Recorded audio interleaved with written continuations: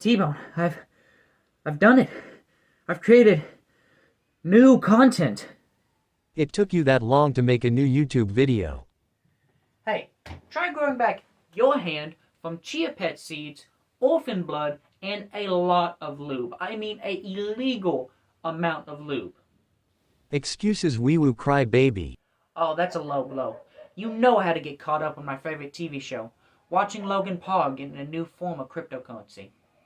Now, it's been a while since I made a video, 2 months to be exact, but I've been busy, a lot of things, work, wrestling, trying to get skills and skills competition sorted out, and trying to come up with a new YouTube video. It's just been very busy, and I've have a lot of new updates and things like that, and something that I'll probably save for the end, just so you can kind of skip. But today's video is about movie video game tie-ins. Video games I love. If you couldn't tell, I love video games. They're one of my passions, and I also love movies. If you couldn't tell. But recently, video games have been turned into movies, starting with Uncharted, Fallout, The Last of Us, the Mario movie. All those movies, all those games have been turned into movies and feature-length films, and most of them have been pretty good. We've had some stinkers, the Halo show and things like that, but most of them have been pretty good. But what I want to talk about is, because I don't think that this whole video game movie tie-in thing is going to end anytime soon. So what I'm going to do is I'm going to make a wish list of movies that I would like to see that is tying in with video games. I'm going to talk about the video games, why I think these would make great movies, why, what I think the story could, take out and leave out, and, a little bit of the casting, great casting that they could do, and just in general why I think that these video games can be adapted into movie format. Starting off with Wolfenstein. Wolfenstein is one of my favorite video games. I love Wolfenstein. And when you would notice with a lot of these video games, they're first-person shooters. I love first-person shooters. They're just fun to me. They're one of my favorite genres. And Wolfenstein is one of the best. It's one of the granddaddies of first-person shooters. It encaptures, the fun and enjoyment of just slaying Nazis.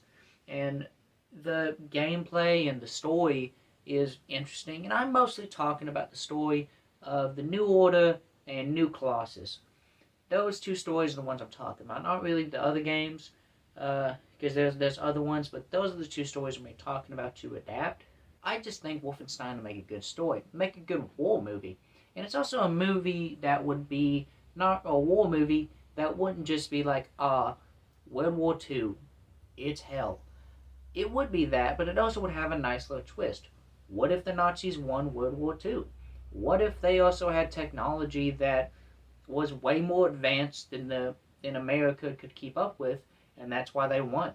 And we saw a technology that was, Nazi-rized, whatever the fuck you want to call it, and, put them ahead of the nation and the world and had them have world domination.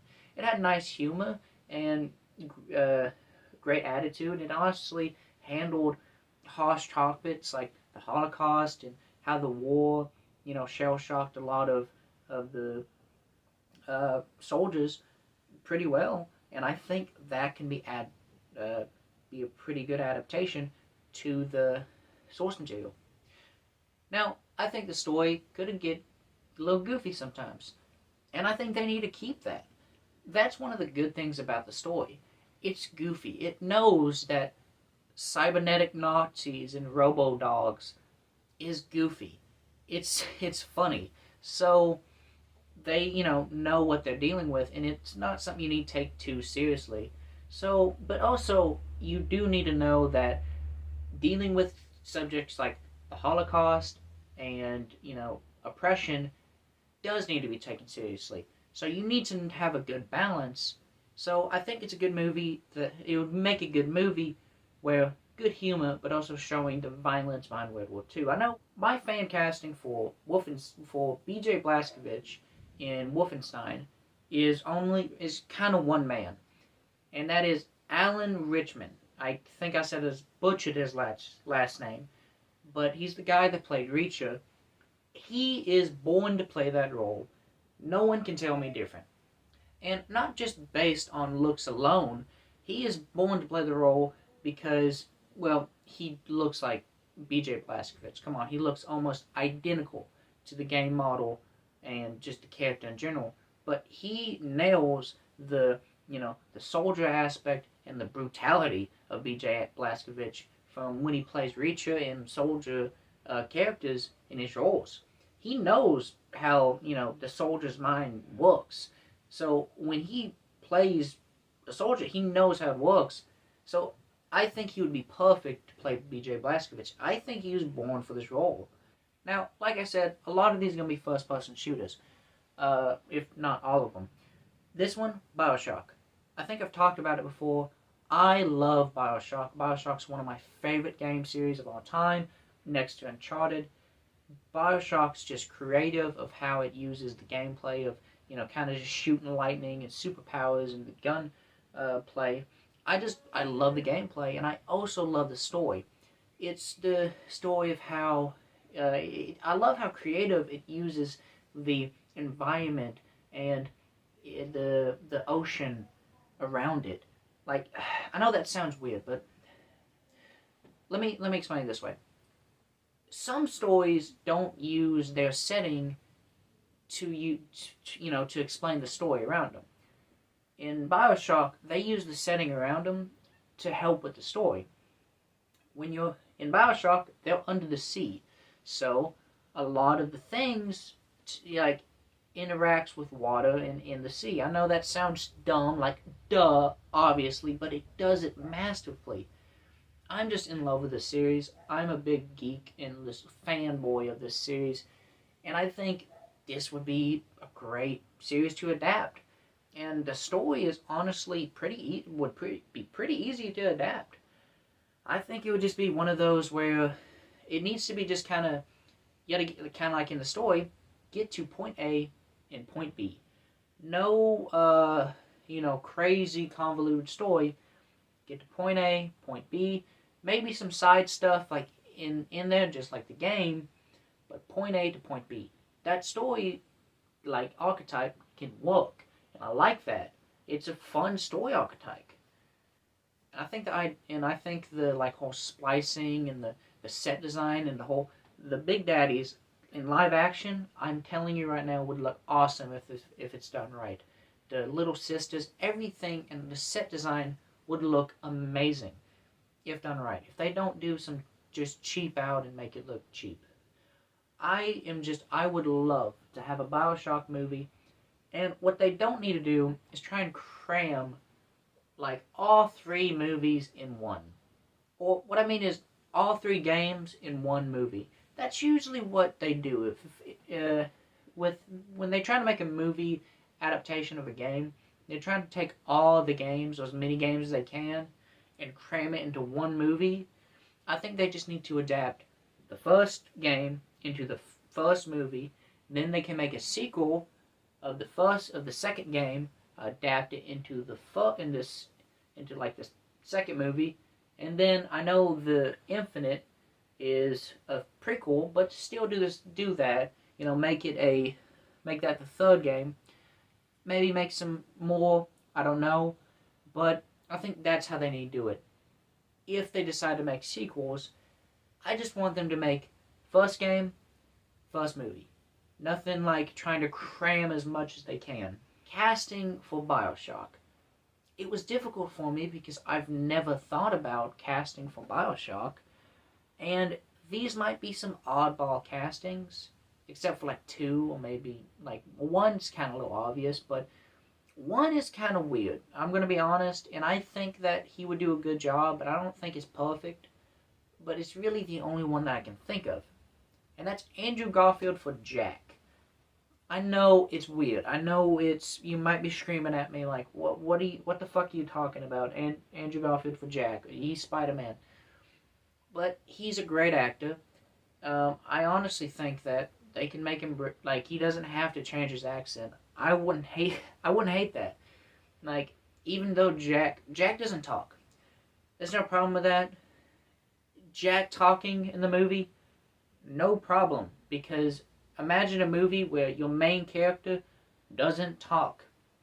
It can be done in like a, kind of indie film, but in a main feature film, no. So I don't mind it, and it would be easier for Andrew Garfield to just talk in his, native tongue, instead of just trying to put on a Boston accent. So I think it would be a good idea to have him. He's a great actor, and I think that he honestly would fit the role. Andrew Ryan. Andrew Ryan is the one of the main antagonists. Tom Hanks. Now Tom Hanks is a little bit older. I know that, and I think that's one of the reasons he could work. Tom Hanks is also pretty good at playing kind of a villainous character. Now, he's not really villainous. He's kind of just a douchebag, but with like a 20s accent. I think... Sorry, I just had tacos, so it's coming up. I had those good American tacos. One casting that I thought was perfect, honestly, and that was Atlas, and that was Colin Farrell. I can't say his name. Colin Farrell. He's an Irish actor, and the character's Irish. I think he'd be good. He's a good actor. He does not evil, bad guy characters. And he's just a good actor. I think not every character has to be perfectly typecasted. I just think he would do pretty good in the role. Now this one is one that they've made movies about before. They've made adaptations before, but I think they need to do it again, at least one more time, and try and do it perfect, and that's Doom. I love Doom. Okay, that's one of, if not my favorite first-person shooter. I mean, it's most of everybody's first-person shooter. Doom is like one of the best first-person shooters, and I know it's not like the most engaging story, but it is one of the most simple stories that I think could do great in movie format. Because a movie doesn't need to have the most enthralling, story concept. A concept can be super simple. And I think that this concept that I want to pitch for a Doom movie is very similar to another movie, 1917. Now, this movie is about World War One, and it's about the British fighting the Germans, and it's about two messengers having to deliver a message across enemy lines to some of their troops about them getting ambushed and not to attack. And I think how they film that, and it's simple. Get to point A, get to point B. But there's a lot of depth to how they get to point A to get to point B. This is the same thing with Doom. Get to point A, get to point B. But I thought about it recently. In that movie, they don't have cuts. They don't have a single cut in that movie. And I know it's very hard. This is a wish list, too. I wish they would do this. And I completely understand if they don't have a cut. Like, don't have this. But in that movie, not a single cut. Which, they had cuts, but it doesn't look like it. It looks like just all the way through, no cuts. Just smooth as butter editing to make it look like no cuts. You're all the way through the adventure. So, I think they need to do that with Doom. Because, just all the way through, no cuts, just killing demons, nothing to distract you, and it's just you and the Doom Slayer just killing demons. I think that would be amazing. For casting, I think he needs to have his helmet on the entire time, not take it off. But if he does, for some reason, I think, or, if you want to still get a big name actor to play Doom, to, like, voice or something, I think Jane Bertha, one, because he understands the violence and, like, because Punisher, right? He understands violence. Like, he understands how to elbow somebody and to rip out someone's throat. He understands that. I haven't thought about that until recently. He's honestly perfect for Doom. And I'm gonna butcher his name, but you know I'm not even gonna try to say it. It's the guy from Boys, that guy, and he played the Doomslayer already from the other movies, from the Doom movie, with the Rock, where he did was a turning into the demon with the yellow eyes. I think he can do it again. He honestly is a good, fitting for it. It's the script that messed him up, that fucked him over. So I think that he would be good for it. T-Bone, what video game movie adaptation would you want to see him make a movie of? Spiral the Dragon. Oh, Spiral the Dragon? Who would you want to play Spiral? Tom Holland. I'm going to use you as Kinlan for the winter. No, please, no, oh God, get away, you psycho all. No. Sorry, folks, we had some technical difficulties there.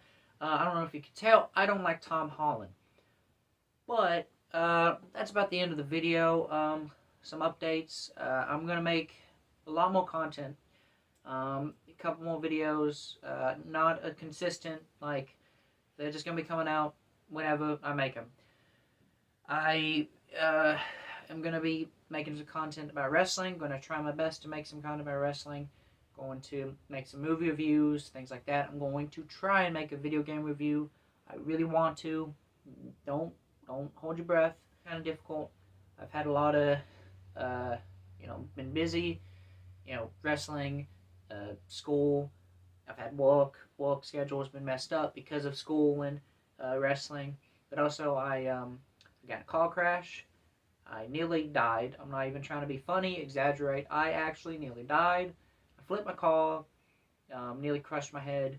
Only thing, I came out of it was just a little scratch in my head, like a cat scratch. So, I, nearly died.